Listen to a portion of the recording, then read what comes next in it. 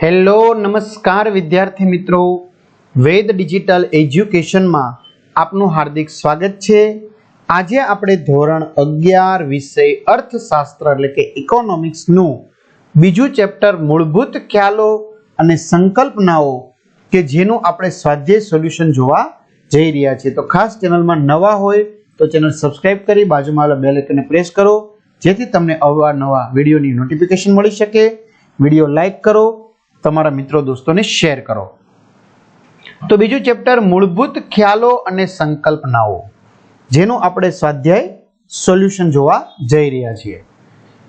તો વિદ્યાર્થી મિત્રો, એમાં પહેલો પ્રશ્ન છે, નીચેના પ્રશ્નોના જવાબનો સાચો વિકલ્પ પસંદ કરી લખો। પહેલું, માનવ જીવન માટે વસ્તુ કેટલી ઉપયોગી છે તે બાબત વસ્તુનું કયું મૂલ્ય દર્શાવે છે? તો જવાબ આવશે ઉપયોગિતા મૂલ્ય। બીજું, વસ્તુ કે સેવાના બદલામાં ચૂકવાતા નાણાકીય એકમનું પ્રમાણ એટલે કિંમત। ત્રીજું, નીચેનામાંથી કઈ વસ્તુઓનો સમાવેશ ભૌતિક વસ્તુમાં થાય છે? ફ્રીજ। ચોથું, સંપત્તિ નીચે આપેલા વિકલ્પમાંથી કયું લક્ષણ ધરાવતી નથી? તેની છત હોવી જોઈએ। પાંચમું, તમામ કુદરતી સંપત્તિ એટલે શું? તો કે જમીન। છઠ્ઠું, નીચેનામાંથી કયો વ્યાપાર ચક્રનો પ્રકાર નથી? તો અંશતઃ આર્થિક પરિવર્તનો। હવે ઘણા બધા વિદ્યાર્થી મિત્રોની જુદી જુદી કમેન્ટ આવે છે કે સર અમારે પ્લીઝ જરૂરી વસ્તુ પૂરી પાડો। તો મિત્રો, તમારી તમામ જરૂરી વસ્તુ વેદ ડિજિટલ એજ્યુકેશન નામની એપ્લિકેશનમાં તમને મળવાની છે, જેમાં નીચે મુજબની માહિતી મળશે।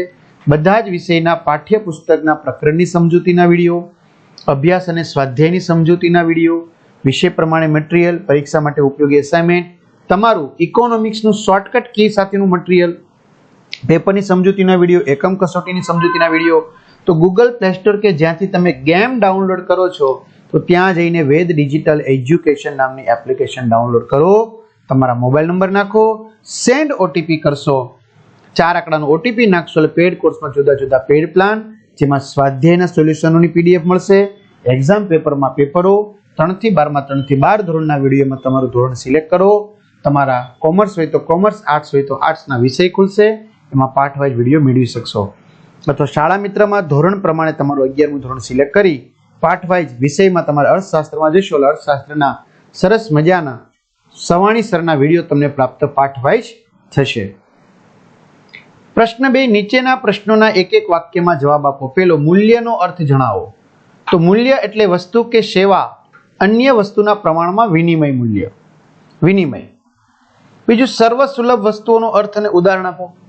તો જે વસ્તુ કે સેવાના પુરવઠા પર કોઈનો અંકુશ ન હોય અને જે વસ્તુ કે સેવા સૌને જ્યારે અને જેટલા પ્રમાણમાં જોઈએ ત્યારે મળી રહેતી હોય તે વસ્તુઓ સર્વ સુલભ વસ્તુઓ છે, જેમ કે હવા, પાણી, સૂર્યપ્રકાશ વગેરે સર્વ સુલભ વસ્તુઓ છે। ત્રીજું, અર્થશાસ્ત્રમાં નાશવંત વસ્તુઓ કોને ગણવામાં આવે છે?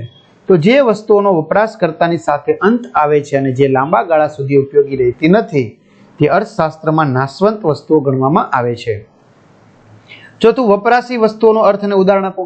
તો જે વસ્તુઓ સીધી જ પ્રત્યક્ષ વપરાશ દ્વારા જરૂરિયાત સંતોષે છે તે વપરાશી વસ્તુઓ છે, જેમ કે ખોરાક, કપડાં વગેરે વપરાશી વસ્તુઓ છે। પાંચમું, કઈ સંપત્તિ વ્યક્તિગત સંપત્તિ ગણાય છે? તો જે સંપત્તિની માલિકી અને વપરાશ ખાનગી અને વ્યક્તિગત હોય તે વ્યક્તિગત સંપત્તિ ગણાય છે। ઉત્પાદનના સાધનોનો અર્થ જણાવો। તો વસ્તુ તૃષ્ટિગુણના સર્જનની પ્રક્રિયામાં મદદરૂપ થતી બાબતોને ઉત્પાદનના સાધનો કહે છે। મૂડીનો અર્થ જણાવો। મૂડી એટલે એવી ભૌતિક અને નાણાકીય વસ્તુઓ જે ઉત્પાદનમાં મદદરૂપ થાય છે। હેબરલરના મતે વ્યાપાર ચક્રની વ્યાખ્યા આપો। હેબરલરના માટે અર્થશાસ્ત્રમાં વારાફરતી આવતા સારા અને ખરાબ આર્થિક પરિવર્તનો એટલે વ્યાપાર ચક્ર। 9મું, વ્યાપાર ચક્રના કેટલા તબક્કા છે અને કયા કયા છે? બરાબર, તો વ્યાપાર ચક્રના 4 તબક્કાઓ છે। પહેલું તેજી, બીજું ઓડ, ત્રીજું મંદી, ચોથું સુધારણા। હવે નીચેના પ્રશ્નોના ટૂંકમાં જવાબ આપો। તો વિદ્યાર્થી મિત્રો, આમ જોવા જઈએ તો આ વિડીયો ઘણો બધો મોટો બનશે, બરાબર, એટલે આપણે કામ કરીએ આની અંદર સવાલોની યાદી અને વિડીયો પોઝ કરતા જજો, તમે લખતા જજો। બાકી અમને ખબર છે કે વિદ્યાર્થી મિત્રો મોટાભાગના પોઝ કરીને જ લખે છે। હા, તમારે વાંચન માટે વ્યવસ્થિત જોતી હોય તો તમે પીડીએફ સ્વરૂપે મેળવી શકશો તમામ વિષયની। જે ક્યાંથી મળશે? તો આપણે એપ્લિકેશન તમે ડાઉનલોડ કરી એમાં પેડ કોર્સમાં તમને મળી જશે। ખાનગી વસ્તુ અને જાહેર વસ્તુના તફાવતના બે મુદ્દા જણાવો. બરાબર, તો વિડીયો પોઝ કરીને તમે લખી શકશો. બરાબર, ખાનગી વસ્તુ અને જાહેર વસ્તુના તફાવતના બે મુદ્દા. ત્યાર પછી બીજો સવાલ છે, વસ્તુઓ અને સેવાઓનો અર્થ ઉદાહરણ સાથે સમજાવો. વસ્તુઓ અને સેવાઓ. ત્રીજું છે, ટકાઉ વસ્તુઓનો અર્થ ઉદાહરણ આપી સમજાવો. ચોથું, અર્થશાસ્ત્રમાં કઈ વસ્તુઓને વપરાશી વસ્તુઓ તરીકે ઓળખવામાં આવે છે. પાંચમું, વ્યક્તિગત સંપત્તિ અને સામાજિક સંપત્તિનો અર્થ આપો. ત્યાર પછી પ્રોફેસર માર્શલના મતે સંપત્તિનો અર્થ જણાવો.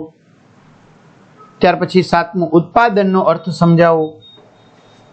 આઠમું, ઉત્પાદનના સાધન સંદર્ભમાં શ્રમનો અર્થ જણાવો. ત્યારબાદ ચોથો પ્રશ્ન આવશે વિદ્યાર્થી મિત્રો, નીચેના પ્રશ્નોના મુદ્દાસર ઉત્તર આપો. પહેલું, કિંમત અને મૂલ્યનો અર્થ આપો. બરાબર, તો વિડીયો પોઝ કરીને તમે લખી નાખ્યું. ચાલો આગળ, વિનિમય મૂલ્ય.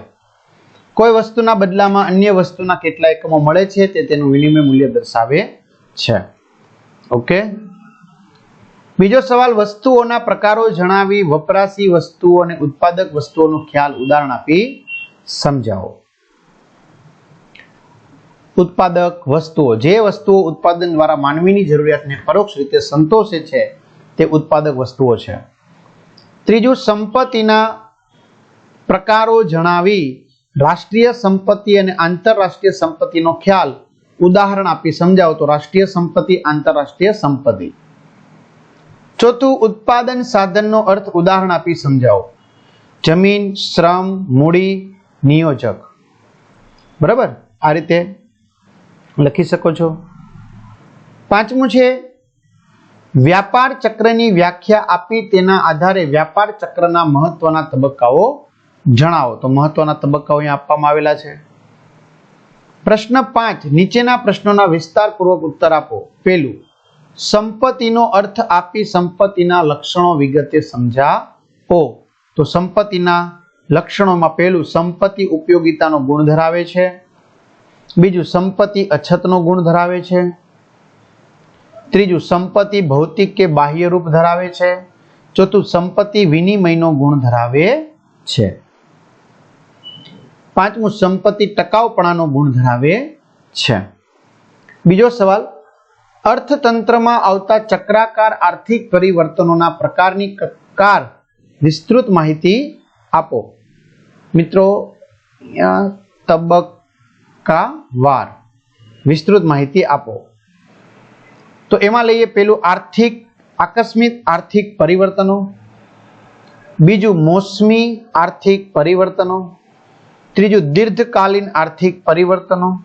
ચોથું, ચક્રવાત આર્થિક પરિવર્તનો. પ્રશ્ન 3, ઉત્પાદનનો અર્થ આપી ઉત્પાદનના સાધનો વિશે ચર્ચા કરો. ઉત્પાદનનો અર્થ, ઉત્પાદનના સાધનો. એમાં પેલું, જમીન. અર્થ શાસ્ત્રની પરિભાષામાં જમીન એટલે દરેક પ્રકારની કુદરતી સંપત્તિ. બીજું છે સ્થિર પ્રમાણ. જમીનનો પુરવઠો કાયમી ધોરણે સ્થિર છે. ત્રીજું, ગતિશીલતા. જમીનની ગતિશીલતા મર્યાદિત છે. ચોથું, અપાર વૈવિધ્ય. ફળદ્રુપતા અને ઉપયોગિતાની દૃષ્ટિએ જમીનમાં વૈવિધ્યતા જોવા મળે છે. વળતર. જમીનના ઉપયોગથી મળતા વળતરને ભાંડું કહેવામાં આવે છે. બીજું છે મૂડી. અર્થશાસ્ત્રની પરિભાષામાં મૂડી એટલે ઉત્પાદન કાર્યમાં ઉપયોગી થતા માનવ સર્જિત ભૌતિક સાધનો, એના લક્ષણો, એની ગતિશીલતા. બરાબર. ત્યાર પછી છે વિનિમય પાત્રતા. મૂડીના ઉપયોગથી શ્રમિકોની કાર્યક્ષમતા વધે છે અને તેથી ઉત્પાદનમાં વધારો થાય છે. વળતર. મૂડીને મળતું વળતર વ્યાજ કહેવાય છે. ત્રીજું, શ્રમ. અર્થશાસ્ત્રની પરિભાષામાં શ્રમ એટલે વળતરની અપેક્ષાએ કરવામાં આવતી કોઈ પણ શારીરિક કે માનસિક કામગીરી. શિક્ષક વર્ગમાં વિદ્યાર્થીનો ભણાવે તે શ્રમ ગણાય, પરંતુ ઘેર પોતાના બાળકોને ભણાવે તે શ્રમ નથી. પછી એના લક્ષણો. શ્રમ નાશવંત છે. શ્રમ અને શ્રમિક અવિભાજ્ય છે. દરેક શ્રમિકની કાર્યક્ષમતા જુદી જુદી હોય છે. ચોથું, શ્રમ ગતિશીલ છે. શ્રમ ભૌગોલિક ગતિશીલતા ધરાવે છે. વળતર. અર્થશાસ્ત્રની પરિભાષામાં મજૂર હોય કે મેનેજર બંને શ્રમિક છે. શ્રમને મળતું વળતર વેતન કહેવાય છે. ચોથું, નિયોજક. ઉત્પાદનના સાધનોનું સંયોજન કરનારને નિયોજક કહેવામાં આવે છે. નિયોજક ઉત્પાદન એકમ શરૂ કરે છે અને તેના સંચાલન અંગેના મહત્વના નિર્ણયો સ્વતંત્ર રીતે લે છે અને આના લક્ષણો છે. બરાબર, તો આ રીતે સરસ મજાનું સ્વાધ્યાય મિત્રો પૂર્ણ થાય છે. તો આ સ્વાધ્યાયની સોલ્યુશનની તેમજ બીજા અન્ય વિષયના સ્વાધ્યાય સોલ્યુશનની PDF પેડ કોર્સમાંથી તમને પ્રાપ્ત થશે. તો અહીં સુધી રાખીએ. અસ્તુ. જય હિન્દ, જય ભારત.